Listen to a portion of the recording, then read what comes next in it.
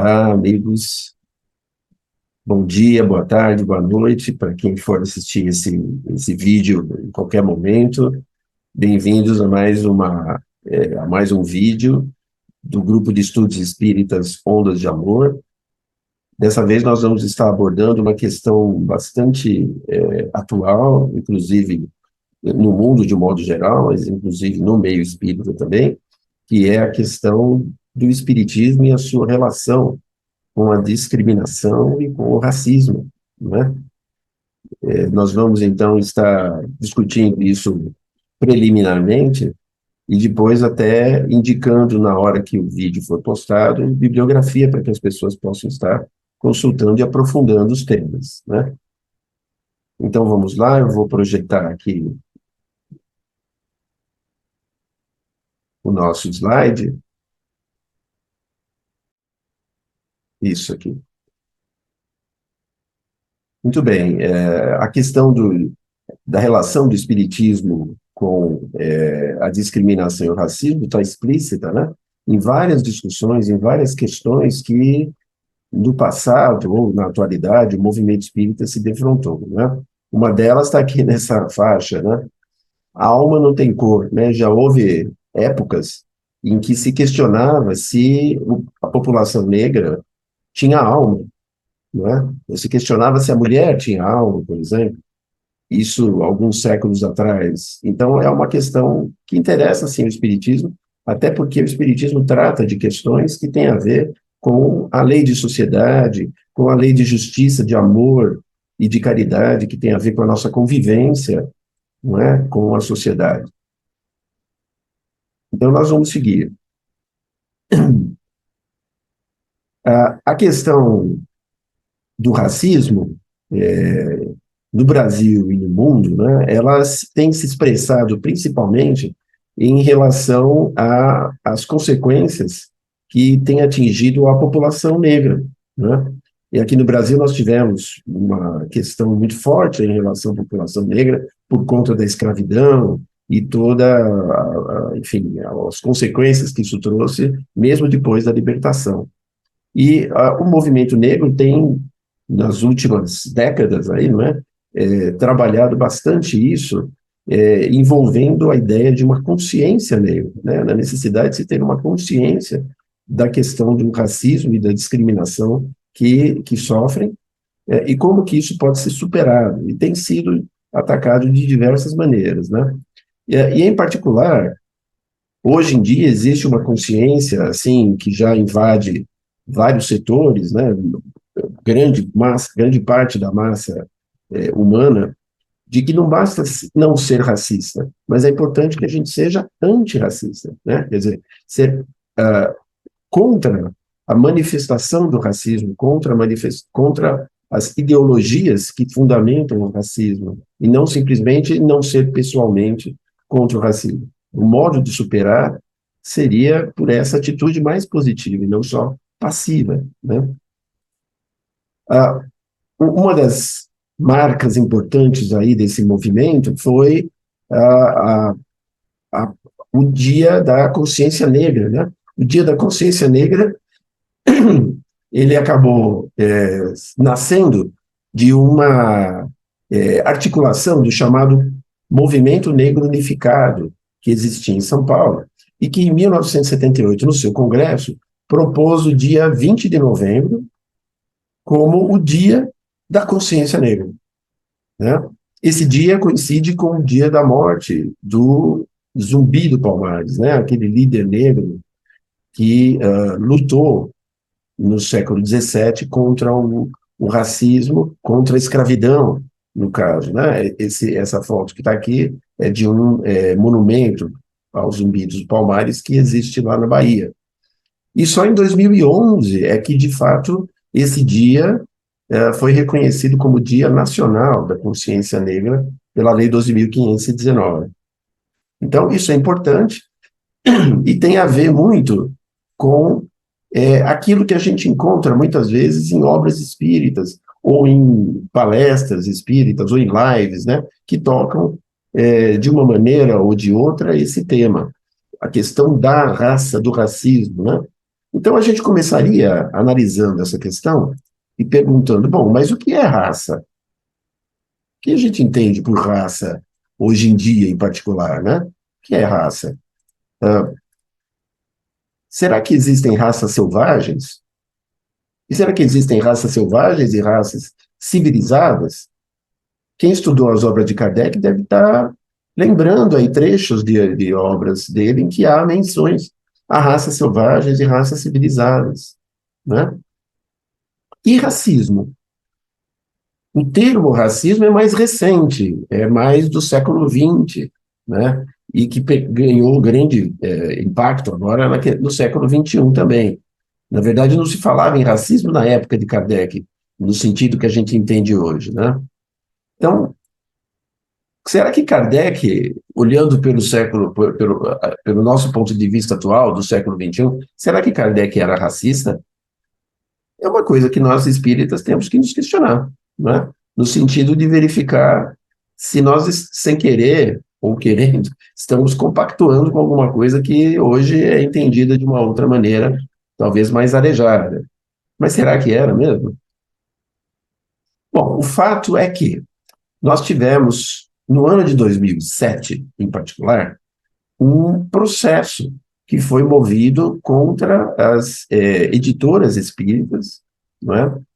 Pelo Ministério Público Federal, a pedido de um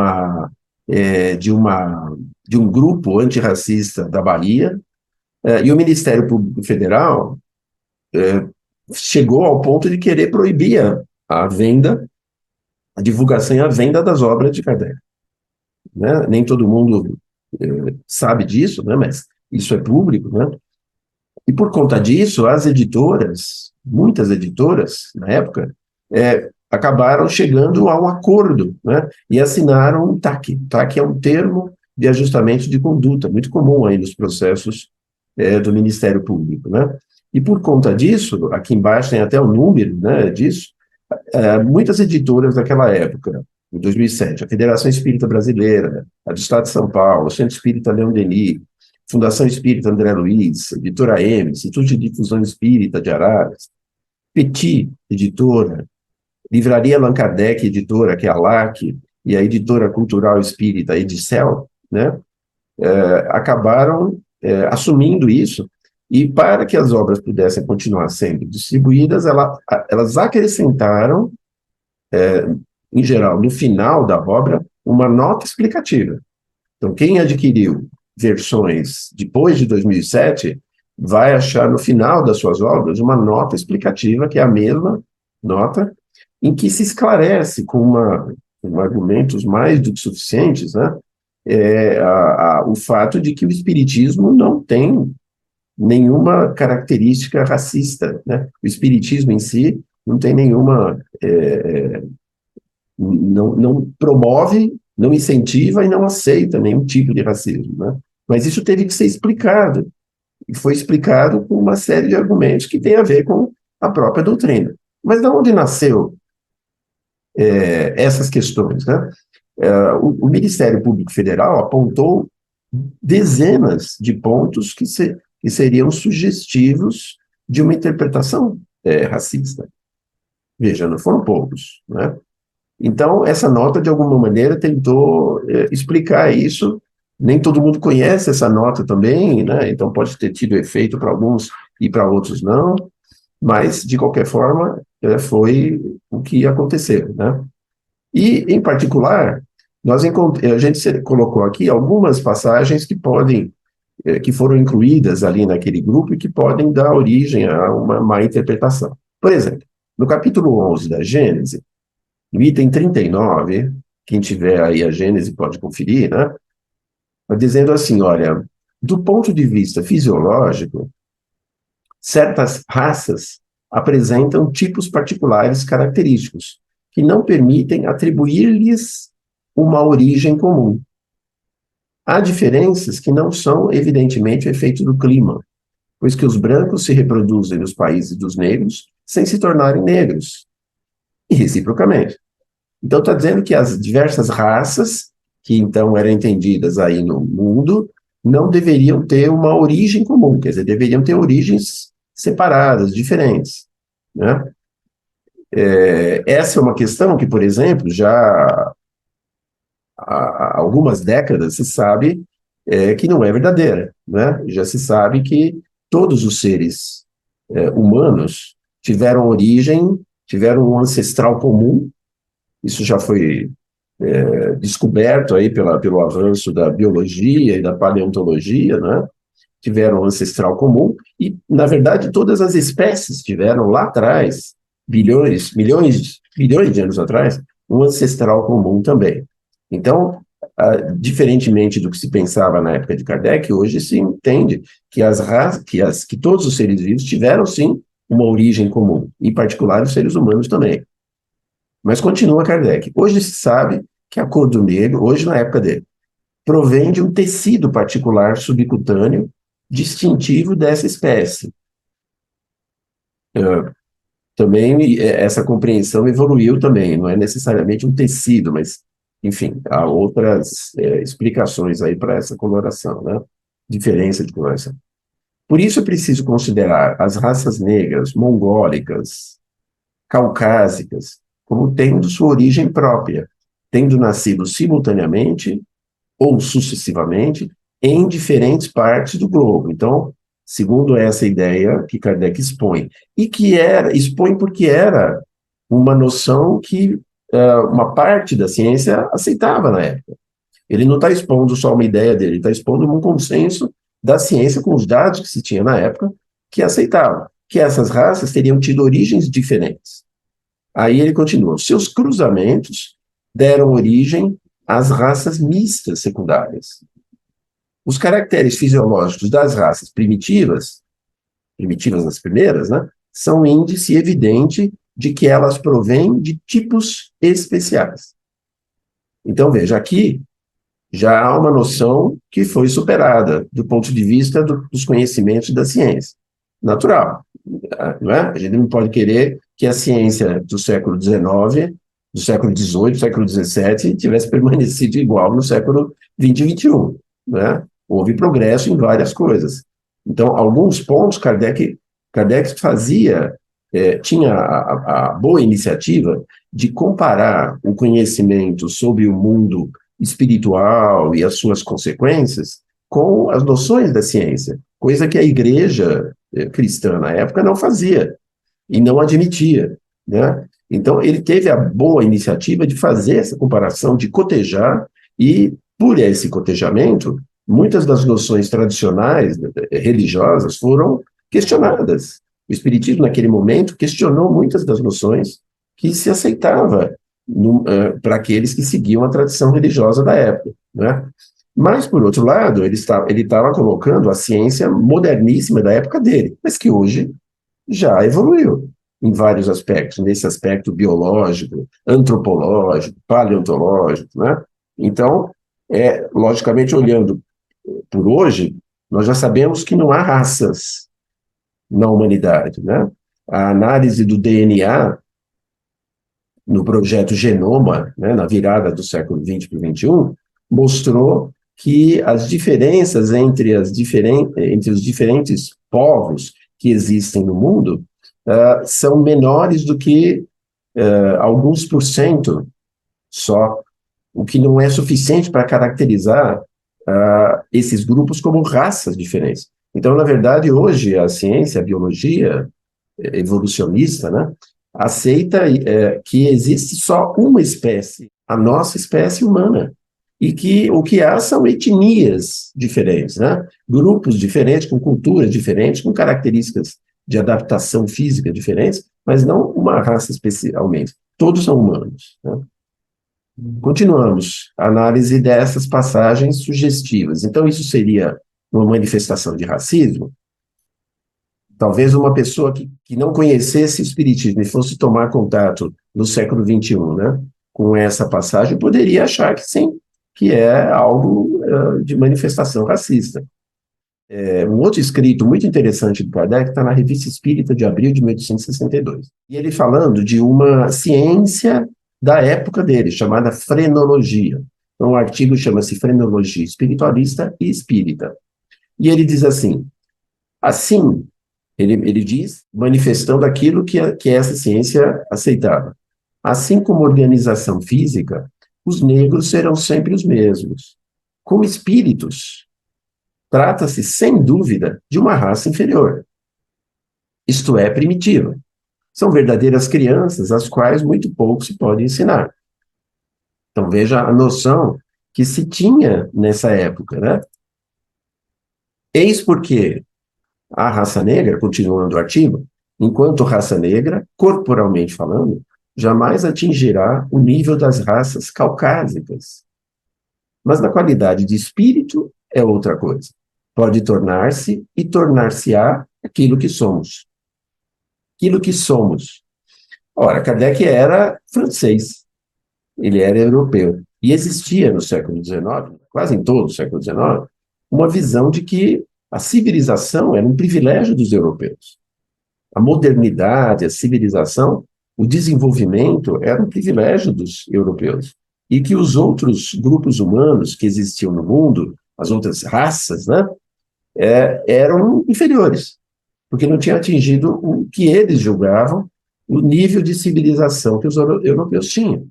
Hoje, a pesquisa na história, na historiografia, tem mostrado que isso não é verdadeiro, que existiam muitos desenvolvimentos na África, na Ásia, na América e nos diferentes povos, não sob o mesmo formato dos europeus, mas existiam, né? Essa era uma visão específica de quem tinha pouco contato, inclusive, com outros grupos. Mas era o consenso que se tinha ali, né? Kardec estava traduzindo esse consenso. Mas ele diz, por outro lado, né, que muitos acreditavam que a raça negra era inferior. Existiam muitos aspectos aí que levavam as pessoas a achar que a raça negra, amarela e outros, né, eram inferiores. Mas Kardec diz assim: na qualidade de espírito é outra coisa. Pode tornar-se e tornar-se-á aquilo que somos. Então ele admitia, tirando a questão do preconceito de lado, ele admitia que os espíritos, mesmo de raças que seriam consideradas inferiores, sempre progrediriam. Isso foi um avanço. Isso foi um avanço, a gente tem que reconhecer. Continuando, dir-se-á que poderá progredir como espírito, sem voltar à Terra. Então, alguns diziam, né, que eles progrediriam, mas progrediriam só como espírito. Mas então, por que nós, civilizados, esclarecidos, nascemos na Europa e não na Oceania, em corpos brancos ao invés de corpos negros? Veja, nesse artigo tem a manifestação da visão que se tinha totalmente eurocêntrica, né? E isso tem mais cara de racismo, né? E teve mais cara de racismo também. Então, vamos voltar à conceituação. O que é mesmo raça, né? Para a gente falar em racismo, temos que definir e entender o que é raça, né? Como se entendia? Uma definição de raça diz que raça é um grupo de pessoas conectadas por uma origem comum. Na Idade Média, veja bem, a ideia de raça, né, da Idade Média era usada como uma forma de definir quem era superior e quem era inferior. Então, até a origem do termo raça, né, vem de classes, de classificação. E a ideia de raça foi gerada, mesmo na Idade Média, lá séculos antes de Kardec, como uma estratégia para designar, olha, aquele grupo é um grupo inferior, né? Aquele grupo não tem sangue azul do rei, então é um grupo inferior. Aquele grupo não tem a cor que predomina na sociedade culta, então é um grupo inferior. Aquele grupo não tem os costumes, a alimentação, a roupa que nós usamos, nós civilizados, então é um grupo inferior. E isso foi criado principalmente como uma justificativa intelectual para invasões, para pilhagens, né? Como aconteceu no caso dos judeus, né? No próprio século XX, os judeus foram entendidos como uma raça inferior, e nós sabemos muito bem o que as guerras fizeram aí com o povo, com esse povo judeu. Os muçulmanos também, né? E nós sabemos também o que aconteceram com os africanos e mesmo com indígenas de diversas origens, né? Então, raças Existem raças inferiores, raças superiores, né? As, mesmo na história africana, né, que no Brasil nós justificamos que a raça negra seria uma raça inferior, então ela só poderia mesmo servir aos brancos mais capazes, né? Mas mesmo na história da África nós temos lá entre os povos dos diferentes países da África, a África é imensa, né? Nós tivemos também aqueles que se achavam superiores aos outros. E haviam invasões, e haviam escravizações entre os povos, porque uns se julgavam superiores dos outros. Né? Às vezes, um se julgava superior e escravizava o outro, depois passava o tempo, invertia a concepção, e os escravizados eram agora os que escravizavam, e assim por diante. Né? Então, isso acabou levando a invasões até com motivos religiosos. Haviam aqueles que achavam que, do ponto de vista religioso, quem tinha uma religião diferente era um grupo, uma raça diferente, né? E inferior, e que isso alguns achavam ao ponto de que não só eles são inferiores, mas é intolerável que eles existam, é intolerável que eles ocupem um espaço que nós deveríamos estar ocupando. E isso originou diversas invasões e tudo mais, né? Então, do ponto de vista etimológico, né, o conceito de raça veio do latim ratio, que significa categoria, espécie, né? Até hoje se fala o rationale em outra língua, né? Como se fosse uma classificação, uma categorização das coisas, né? Então veio dessa necessidade de se dividir. A ideia de raça nas ciências naturais, né? Acabou sendo usado, por exemplo, na zoologia e também na botânica, né, para classificar os animais e os vegetais. Então, existiam as diversas raças de animais, raças vegetais, né? Depois se criou subdivisões, então, famílias, filos, etc., na zoologia, na botânica, né? E, então, o conceito de raça para se criar a ideia de uma raça, de um grupo diferente, tinha que ter alguma semelhança. Então, a ideia de raça foi inicialmente morfobiológico, quer dizer, foi ligado a características exteriores daquele grupo. Então, o grupo que tinha mais pelos, que tinha o rosto mais escuro, a pele mais grossa, né? Então, isso formava uma raça, um grupo diferente. Hoje em dia se fala em etnia, né?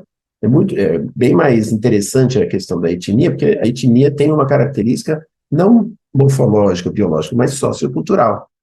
Hoje, né, a gente diria, bom, num grupo que tem uma raça que se diria que é única, a raça branca, os europeus, tem diversas etnias, diversos grupos culturais. No meio da chamada raça negra também tem diversas etnias, etc. Então, isso é muito mais coerente e verdadeiro do que essa divisão artificial que se criou com uma finalidade de dominação, né, de conquista, etc. Agora, na história da Europa, e chegando mais perto daquilo que Kardec viveu, né, nós tivemos o biólogo Linneu, que o nome era Carl von Linné, que em 1735, no século XVIII, ele fez uma classificação das espécies vivas. Ele tinha muita reverência para a criação de Deus, não é? E ele achou que ele podia contribuir para organizar essa criação. A criação de Deus era muito diversa. Então, classificando, ele achou que iria contribuir para isso. Então, ele dizia assim, orgulhosamente, Deus criou, e Linneu organizou, né? Organizou em classes. E foi uma contribuição muito interessante a que ele fez, porque ele explicitou para muitas pessoas, né? E o que ele explicitou depois se tornou ensino cultural aí por várias décadas, até no século XIX, né? Ele explicitou a existência de espécies que as pessoas não conheciam no seu lugar de origem, né? Mas essa classificação dele é baseada na morfologia, nas características externas. Irineu incluiu a humanidade. As espécies vivas, criadas, também incluem a humanidade. E dividiu a humanidade em 4 grandes grupos. O grupo africano, o grupo americano, o grupo asiático e o grupo europeu. Então, na classificação dos seres vivos, tinham esses 4 grupos com as suas características. Por outro lado, depois dele, nós tivemos vários outros pesquisadores, em particular Buffon, o Conde de Buffon, Georges Leclerc, né, publicou algumas obras. Em 1795, ele usou a classificação de Linneu e a ideia de raça, né, e aplicou a ideia de raça também para os seres humanos. Na ideia dele, a raça caucásica, que veio do Cáucaso, seria a raça original, a primeira que existiu. E ainda no século XVIII, por conta também da visão que se tinha, né, se considerou que a cor de pele era um critério fundamental para diferenciar as raças. Então, não só teria os grupos africano, americano, asiático, mas o que diferenciava eles? Uma das coisas que diferenciava era a cor de pele. E daí nasceu a ideia de que isso poderia ser resumido em 3 raças: a raça amarela, a raça branca e a raça negra. Coisa que talvez muitos tenham aprendido aí no final do século XX ainda, como as raças que predominam aí no mundo, né? Alguns livros infantis e livros de ciências antigos colocavam isso também, né? Naturalistas, né? Existiam vários pesquisadores que eram considerados naturalistas, eram os que pesquisavam os grupos naturais, né? Os seres da natureza. Georges Cuvier, né, propuseram que não só existiam essas diferentes raças, mas que deveria se ter um critério de hierarquia entre elas. Qual delas era a melhor?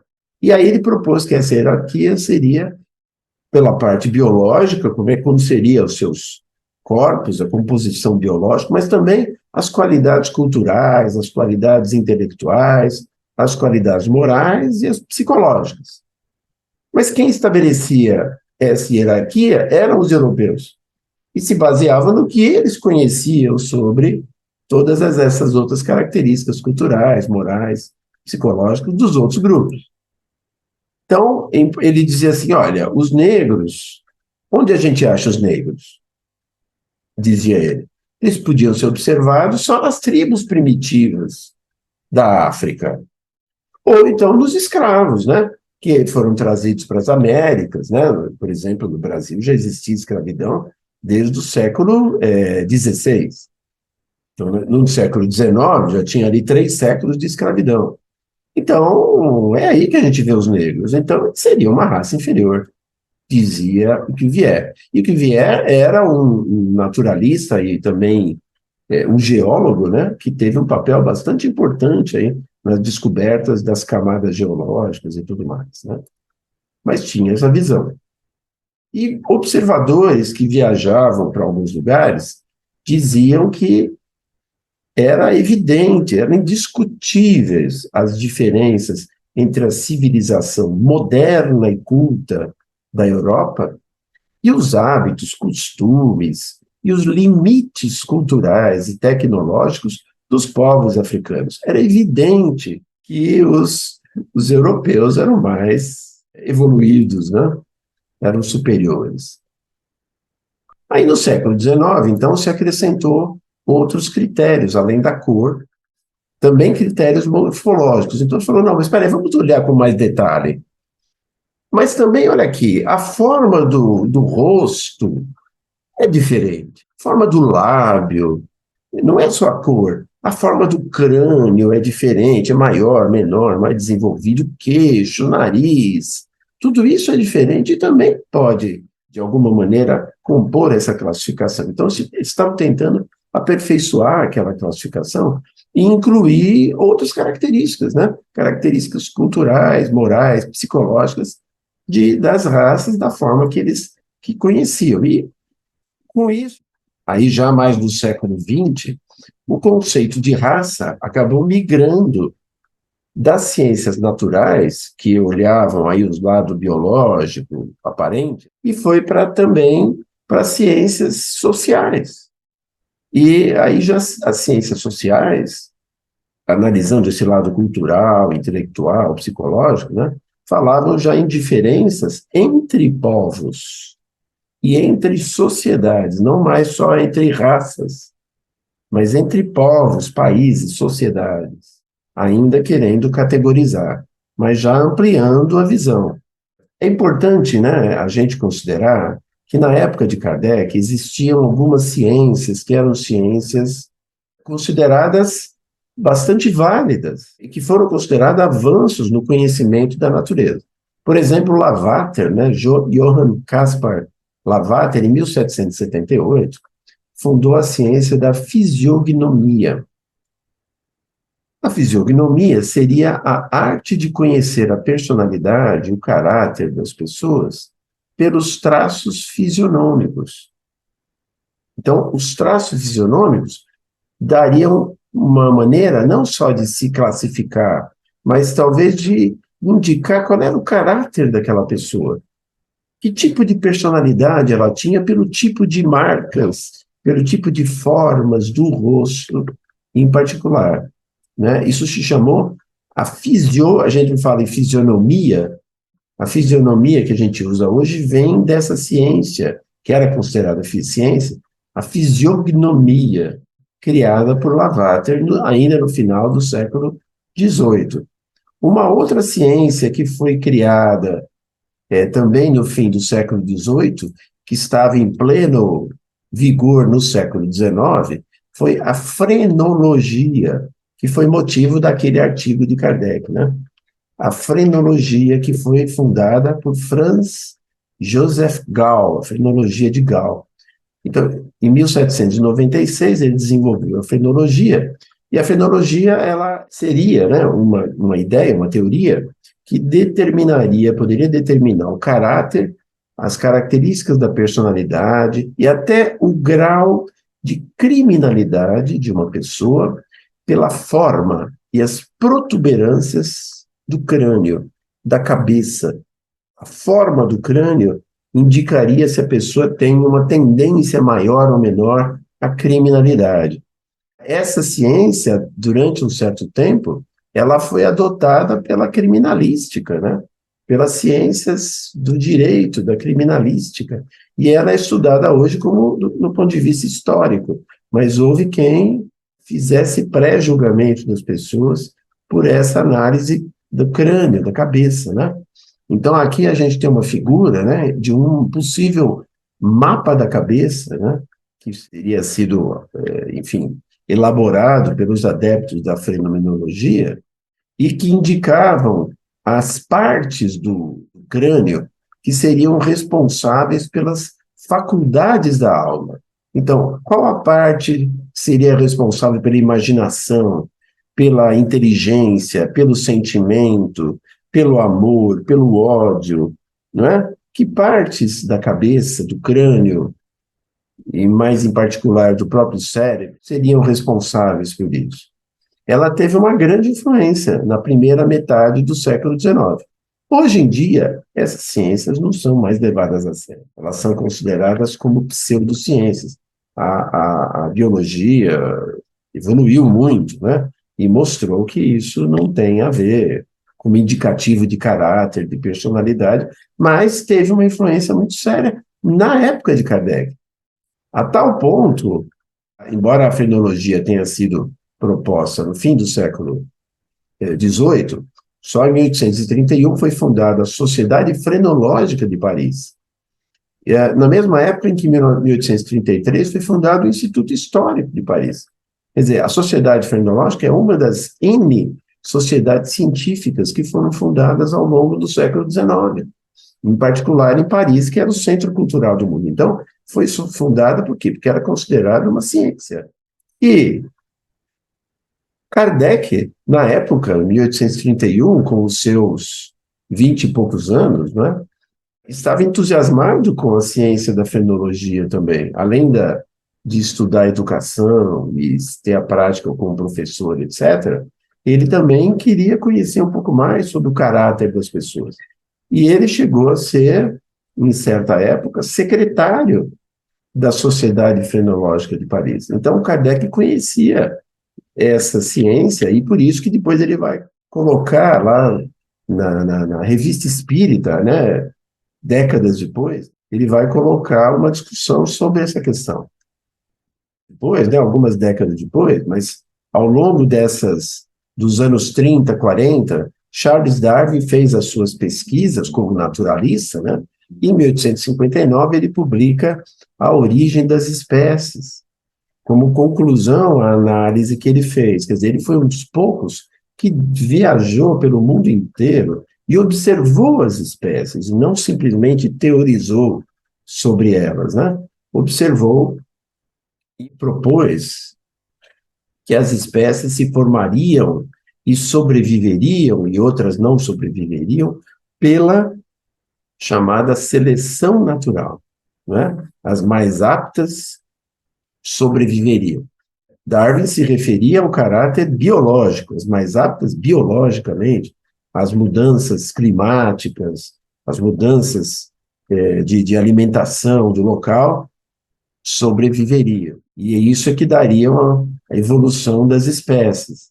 Vários pensadores, né, no início foi uma reação massiva contra as ideias dele, em particular dos religiosos, mas depois que a sociedade foi assimilando aquilo, e assimilou de uma maneira, a princípio superficial, a princípio incompleta, vários pensadores inseriram partes dessas ideias em outras concepções e criaram teorias evolucionistas, muitas delas muito problemáticas. Voltando um pouquinho àquele texto de Kardec, de abril de 1862, né? Kardec dizia assim, lá naquele mesmo texto que nós lemos antes. Como se sabe, a frenologia apoia-se no princípio que o cérebro é o órgão do pensamento, como o coração é o da circulação, o estômago, da digestão, e assim por diante. Então, a frenologia aceitava essa concepção, que hoje nós chamaríamos de materialista, digamos assim, né? De que o pensamento era produzido pelo cérebro. E assim, também é admitido como princípio que cada parte do cérebro tem a sua função, como nós já falamos. Essa ideia que Kardec está colocando aqui é uma ideia não da doutrina espírita, é uma ideia da frenologia. Ele está expressando o que a frenologia pensava e que ele conhecia bem, né? A frenologia vai mais longe. Ela localiza todas as faculdades morais e intelectuais, a cada uma das quais determina um lugar especial no cérebro. Das saliências do crânio, a frenologia conclui o volume do órgão. E do volume do órgão, conclui o desenvolvimento da faculdade. Então, aqueles que tivessem, né, um volume maior, deveriam ter mais faculdades, mais inteligência, mais criatividade, mais capacidade. Os que tinham a cabeça menor, deveriam ter uma capacidade menor, né? Que é exatamente o que se pensava e que servia de base para alguns, por conta dessa ciência, né, da frenologia, categorizar as raças humanas, os grupos humanos. Continuando ainda Kardec, mas Kardec queria entrar numa discussão não tanto dessa questão, porque ainda a ciência estava evoluindo do ponto de vista biológico, mas a interpretação que se dava disso.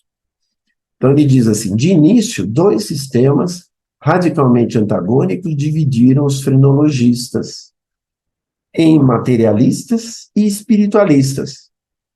Então existiam os frenologistas que atribuíam tudo isso só às questões materiais, e há aqueles que associavam as questões materiais às questões, à existência da alma. Não admitindo nada fora da matéria, os primeiros, o que ele chamou de materialistas, dizem que o pensamento é um produto da substância cerebral, que a quantidade de pensamentos é proporcional ao volume e à qualidade do cérebro. Olha só, quantidade de pensamentos teria a ver com o volume do cérebro e a qualidade. Aí introduziram qualidade do cérebro, né? Como definir qualidade do cérebro?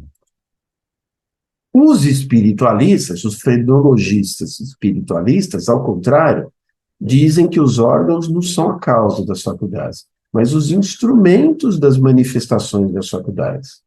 Então, que o cérebro seria um instrumento através do qual se produziria as faculdades. Que o pensamento é um atributo da alma e não do cérebro. A alma utilizaria o cérebro para produzir as diversas funções aí que o cérebro dirige, que é uma concepção próxima do que a gente tem hoje, né? Nos meios não materialistas, né? Mas veja, então Kardec estava dando razão para aquelas questões que falavam das diferenças de raça, etc. Ele estava questionando a questão, veja o título do artigo, da frenologia espiritualista e espírita.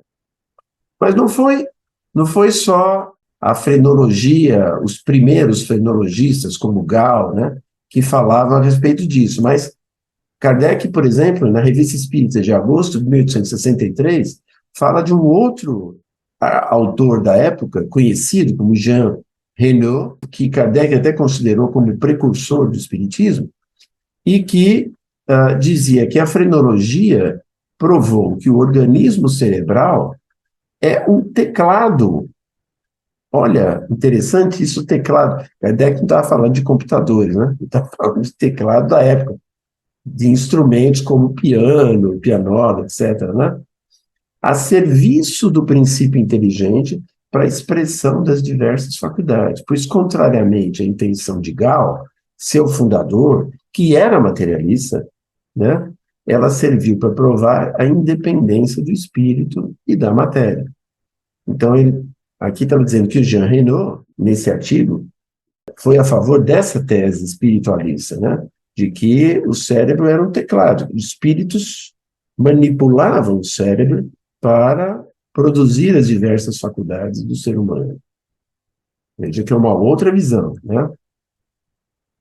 Também Kardec escreveu artigos muito interessantes, como esse artigo sobre a emancipação da mulher nos Estados Unidos, que veio logo mais para frente, ainda na Revista Espírita. Olha que interessante, emancipação da mulher nos Estados Unidos, no século XIX, meados do século XIX, em que a mulher tinha pouquíssimos direitos, não votava, etc., mas existia um movimento de libertação das mulheres, de emancipação que tinha sido noticiado como estando acontecendo lá nas Américas, né?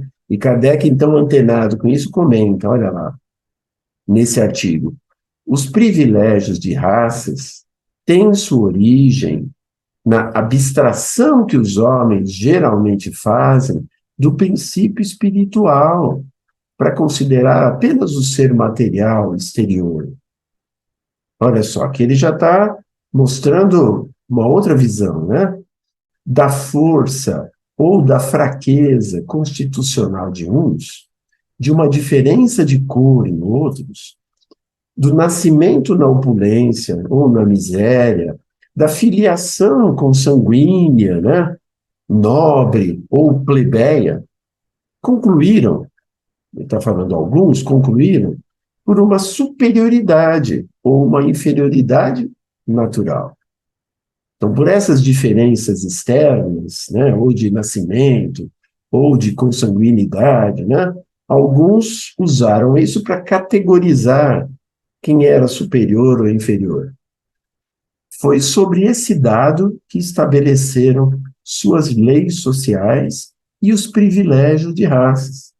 Kardec está comentando isso num artigo em junho de 1867 na Revista Espírita, em que ele está falando sobre a emancipação da mulher nos Estados Unidos. E aí ele, nesse mesmo artigo, ele conclui, né? E eu aqui chamei a atenção. Vós, que negais a existência do espírito para considerar apenas o homem corporal, a perpetuidade do ser inteligente para só encarar a vida presente, repudiais o único princípio sobre o qual está fundada, com razão, a igualdade dos direitos que reclamais para vós próprios e para os vossos semelhantes. Então ele está dizendo, olha, vocês estão querendo aí mostrar como que os direitos devem ser iguais para todos, inclusive para as mulheres, mas, ao mesmo tempo, muitos de vocês negam a existência do espírito, negam a continuidade da vida desse espírito após a morte, e esse seria o único princípio que, tirando as diferenças físicas, o único princípio que garantiria a igualdade para todos, porque os espíritos sobrevivem, e como já tinha sido mostrado já desde o livro dos espíritos, o espírito não tem sexo. O espírito pode reencarnar como homem, como mulher, pode reencarnar num grupo, no outro grupo, numa sociedade, em outra. Então, isso tira a base das diferenças de superioridade e inferioridade, porque é o mesmo espírito que pode encarnar as diferentes situações, né? Então, Kardec estava mostrando essa questão de essência e não de forma. Então, para Francis Galton, né? Olha só, Galton era um sobrinho do Charles Darwin, mas Galton, que não era naturalista, tomou as ideias Darwin de uma maneira bem controvertida, e em 1883 ele propôs o seguinte: olha, a evolução da raça humana, segundo a seleção natural, né, que o Darwin tinha colocado, das espécies, ela deveria ficar sob o controle do homem. O homem poderia fazer a evolução ser muito mais rápida. Como é que ele faria isso? Controlando a reprodução humana, planejando a reprodução humana, só permitindo que se procriassem aqueles mais desenvolvidos, aqueles que têm caracteres superiores. Isso fundou aquilo que se chamou mais tarde de eugenia, aquilo que era considerado uma ciência, né? Mas que hoje já não é mais aceito, que seria a ciência do melhoramento racial. Isso ficou conhecido como o darwinismo social, como se a ideia de Darwin, né, pudesse ser aplicada de modo artificial para promover o melhoramento racial da espécie humana. Nós sabemos, né, só um parênteses, aqui no Brasil, por exemplo, quando houve a libertação dos escravos, quem dominava, as classes dominantes acharam que a sociedade estaria ficando comprometida com tantos elementos negros, né, fazendo parte da sociedade e se misturando, se acasalando e produzindo elementos que não eram mais brancos, né, e ficaram muito preocupados com isso.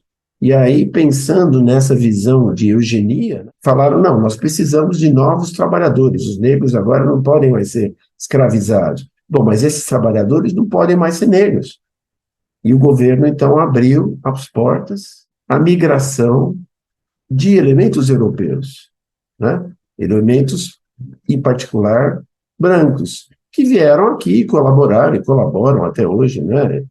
Hoje já não dá mais para falar muito nessas divisões, nessa motivação, mas uma das motivações da época para abertura para a imigração de europeus, asiáticos, etc., era o embranquecimento da civilização brasileira, né? Numa ideia dessa de melhoramento racial, que ainda era aceita no início, no fim do século XIX, início do século XX, exatamente aí, né?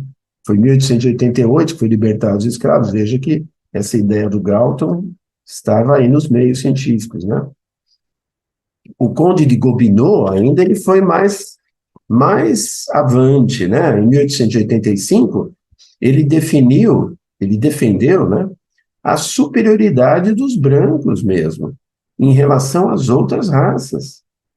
Então, se tinha que ser providenciado um melhoramento racial, tinha que se privilegiar a raça superior, que era a raça dos brancos, vejam só.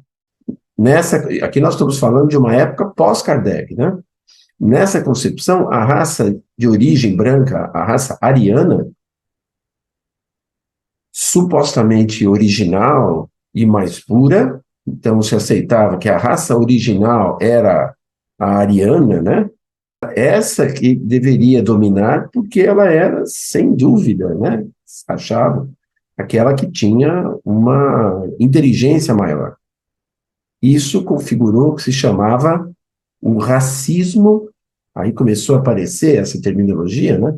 O racismo científico, em que alguns cientistas ou pensadores da época usavam teorias científicas da época, né, ou consideradas científicas da época, de uma maneira mais exata ou menos exata, né, para subsidiar suas conclusões que tinham origem racista, né?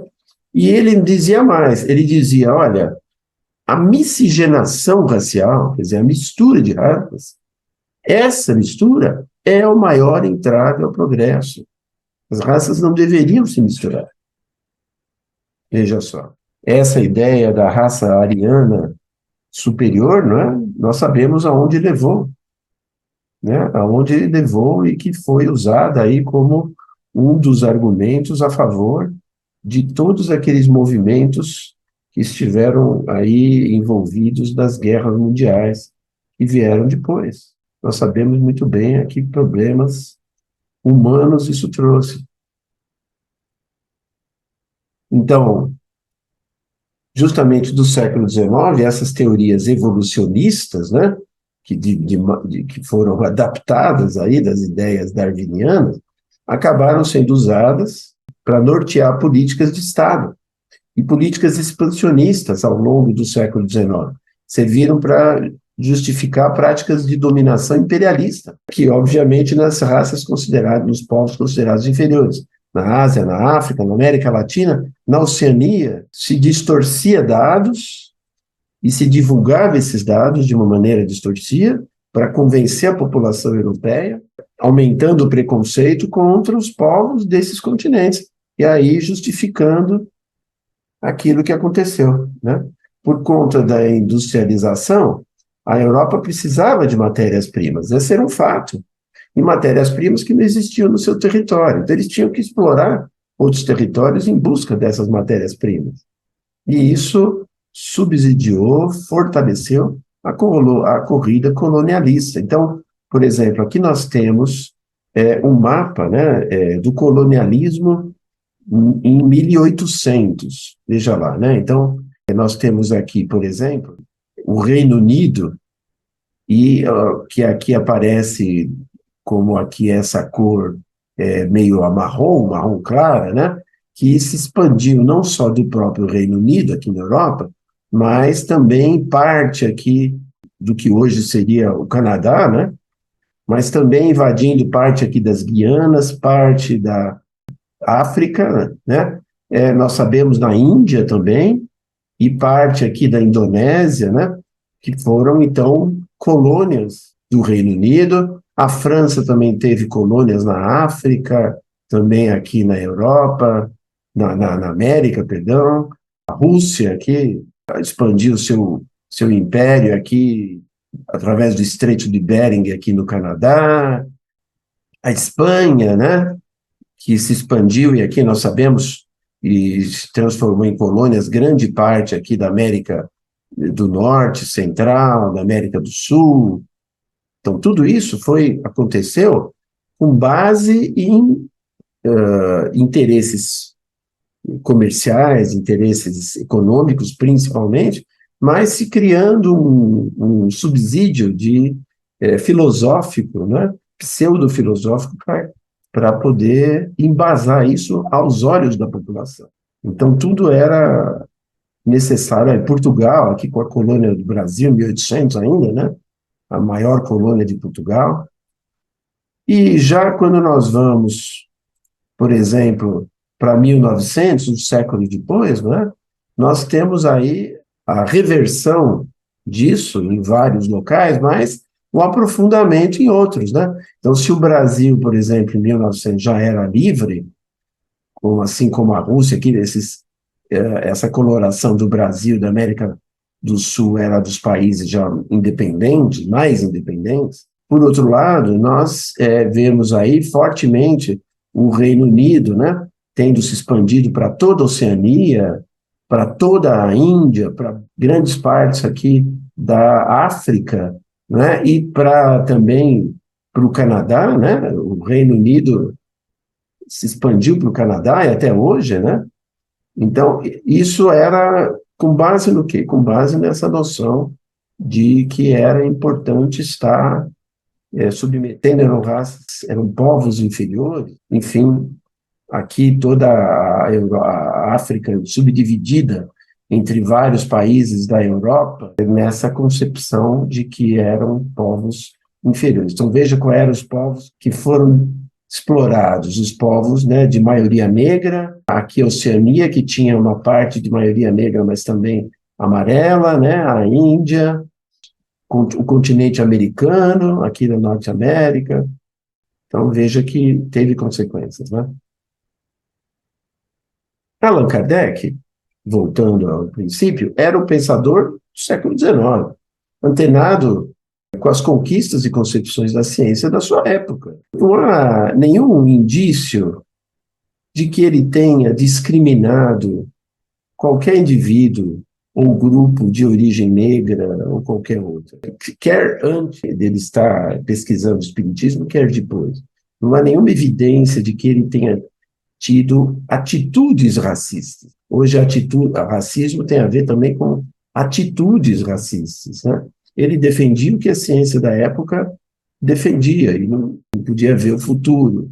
É claro que ele, influenciado pelos fatores históricos e culturais, né, e pela corrente predominante da ciência da época, que aceitava a fenomenologia, apresentou a ideia de evolução biológica da raça negra, como biologicamente uma raça inferior, como se pensava na época, e que não seria, então, perfeita desse ponto de vista biológico. Hoje em dia, a biologia evoluiu, com descobertas que foram feitas depois de Kardec, e hoje em dia já não se aceita mais essa ideia, mas essas descobertas não tinham sido feitas nessa época, e também não tinha como se prever isso no futuro.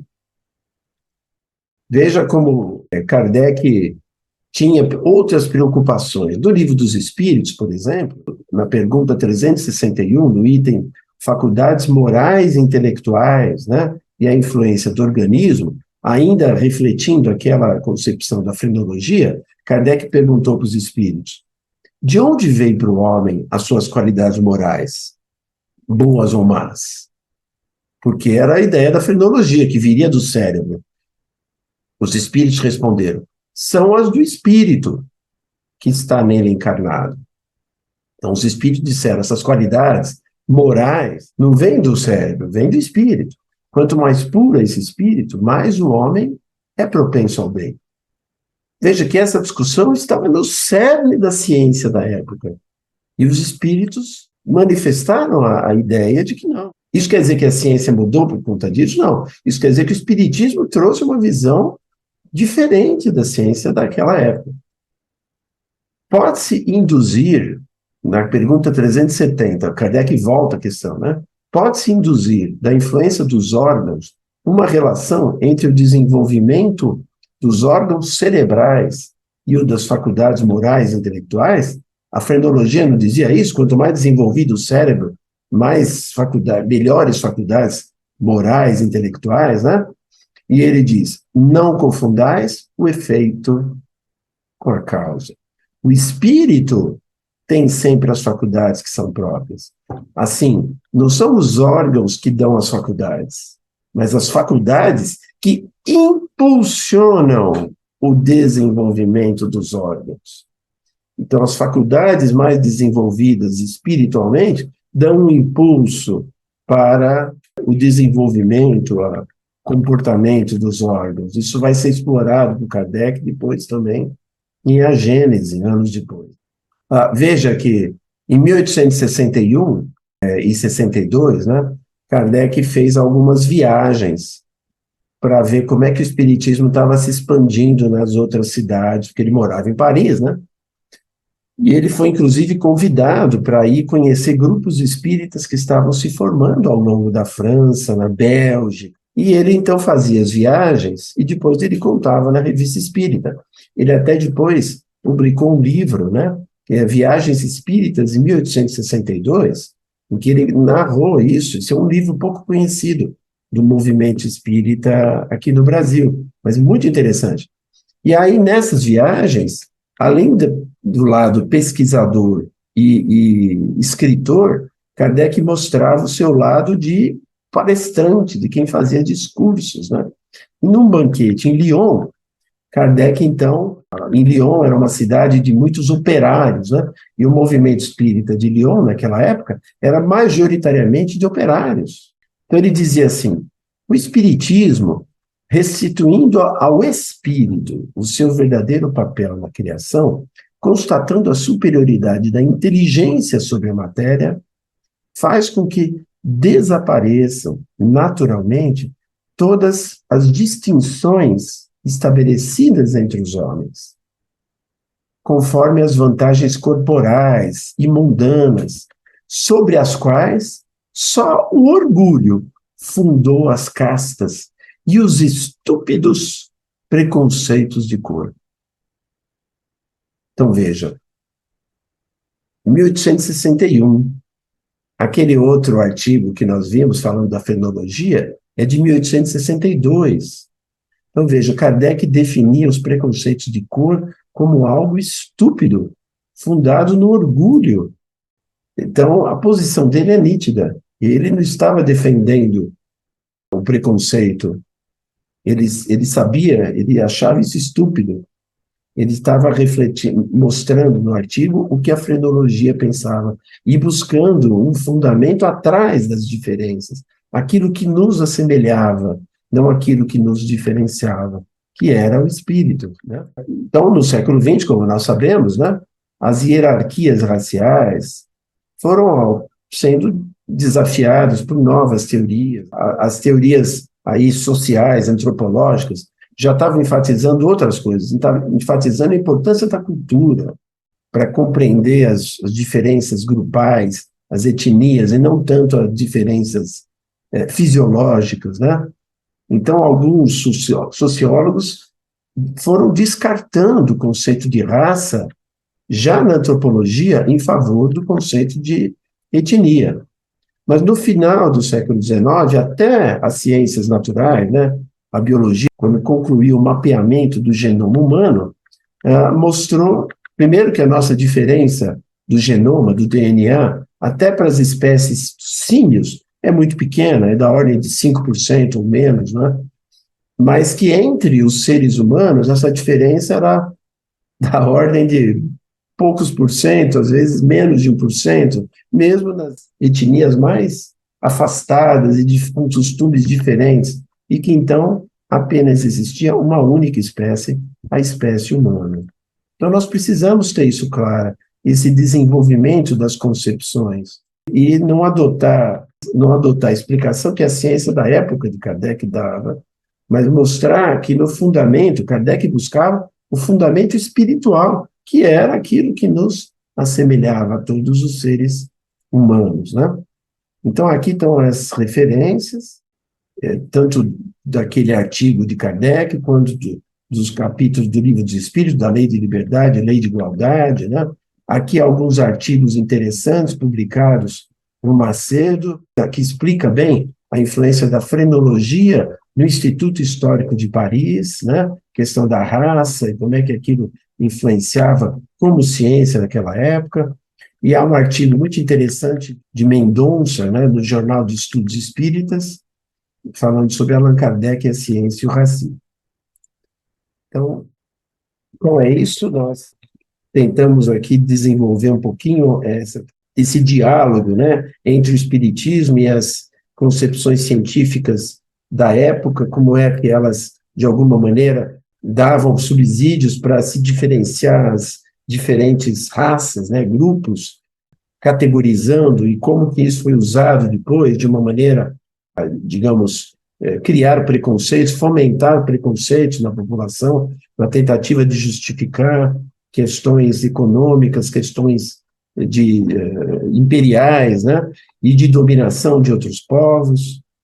E, num outro momento, nós vamos estar voltando à discussão desse tema mais à frente e discutindo como é que todo esse movimento se refletiu no Brasil, não é?